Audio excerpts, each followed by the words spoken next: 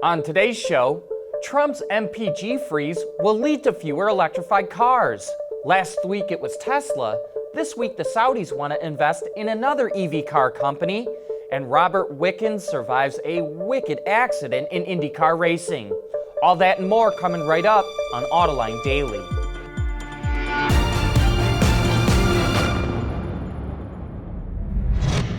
This is Autoline Daily, the voice of the global automotive industry. What's going to be the impact of President Trump freezing fuel economy standards?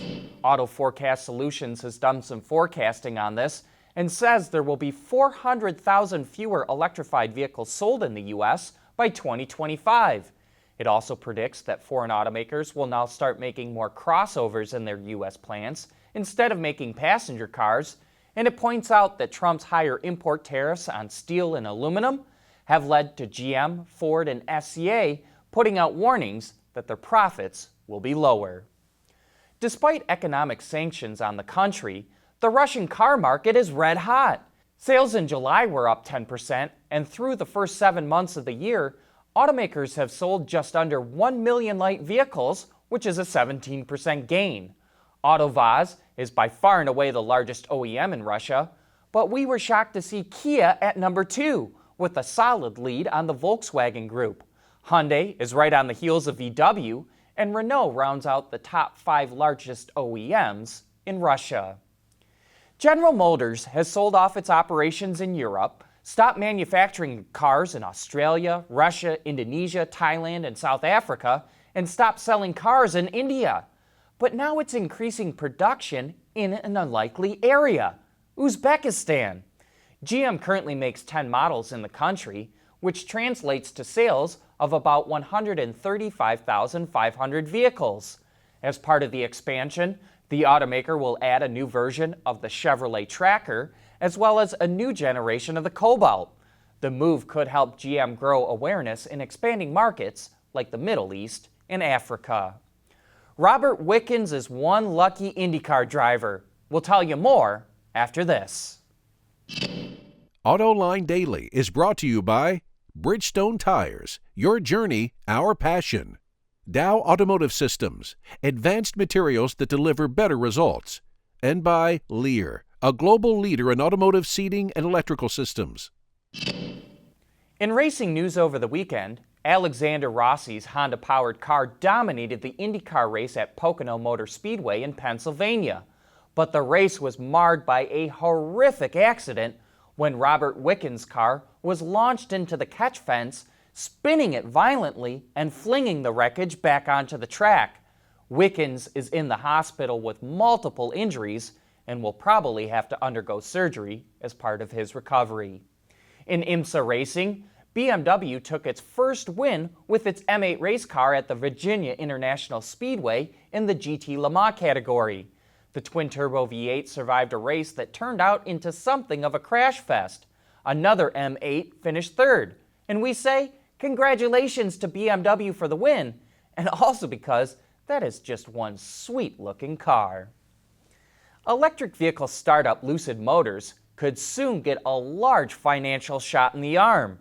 Reuters reports the Saudi Arabian Sovereign Wealth Fund is in talks with Lucid that could see it invest more than $1 billion. And that could be bad news for Tesla. Elon Musk has said the Saudi fund could help with the finances needed to take Tesla private. But it seems like the Saudis want to keep investing in new areas. It already owns a stake in Tesla, is now going after Lucid, and we would expect it to continue to do more of the same. Coming up next, most people go to auto shows to look at the cars, but sometimes the displays can be just as interesting. Lighter, safer, stronger, quieter, and more sustainable. Tell us where you need to go, and we'll help you get there. Dow Automotive Systems. We don't succeed unless you do. On last week's Autoline After Hours, we were joined by Craig Ehrlich from the company George P. Johnson, which is well known for creating auto show displays.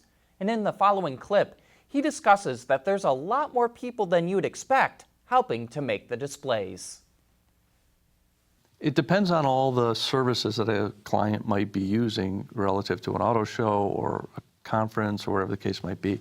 But there's always someone from our strategy team that's involved in setting that strategy. We always have a creative team, which includes 3D designers, 2D designers, art directors, copywriters, all of those. Because our messaging extends far beyond kind of the floor of the exhibit in the case of auto shows. We have a very deep, knowledgeable base of client service teams that in some cases have been 30 plus years in the industry and in the brands, right? We've seen many regimes at different auto manufacturers, and we stay the constant, and it's a great value to our clients. And then we touch into our teams included engineering to do the drawings and the floor planning and those types of things. We have project managers that are making sure that everything's going through the shop. Recently, in the last 2 years and continuing, we're going through a modernization effort where we're deploying tools like one tool we use is called Smartsheet, and it's basically like an Excel spreadsheet on steroids that has accountability across it. And so our project management team uses that to hold everyone accountable, including clients who have visibility and a portal into these sheets and dashboards related to everything about their project to help create full transparency for them. And you can watch that entire discussion right now on our website, Autoline.tv, or just look for it on our YouTube channel. But that's it for today. Thanks for watching, and please join us again tomorrow.